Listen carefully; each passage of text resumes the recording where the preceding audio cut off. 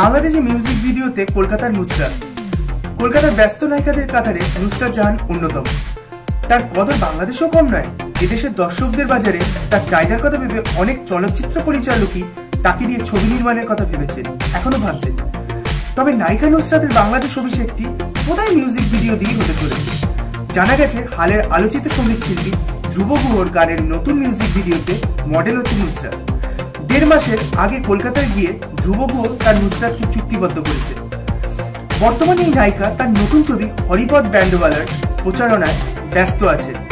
ছবিটি মুক্তি পেলে আগামী জানুয়ারি বা ফেব্রুয়ারি মাসে নুসরাত ঢাকায় এসে গানের মডেল হিসেবে কাজ করে যাবে।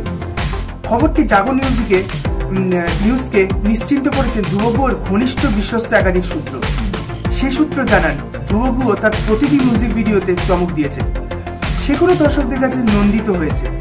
এবার চমক দেওয়ার জন্য নুসরাতকে নেওয়া হয়েছে। তবে মিউজিকটি কে বানাবেন সে ব্যাপারে কিছু জানায়নি সূত্র। শিল্পী ধ্রুব গুহর সঙ্গে যোগাযোগ করা হলে তিনি বলেন, সবকিছু আরো কিছুদিন পর জানাবো। সবাইকে ঢাকঢোল পিটিয়ে চমৎকার রাজনৈতিক খবরটি দিতে চাই, এখন এর বেশি কিছু বলতে চাই। তিনি বলেন, নুসরাতের বিষয়ে যেটা শুনেছেন সেটা একেবারে মিথ্যে নয়, তবে এটি হবে আন্তর্জাতিক মানের মিউজিক ভিডিও। বিশাল পরিকল্পনা চলছে। এর আগে 3টি মিউজিক ভিডিও প্রকাশ করেছেন ধ্রুব গুহ।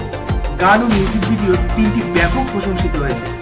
অন্যদিকে নুসরাত কলকাতার জনপ্রিয় নায়িকা।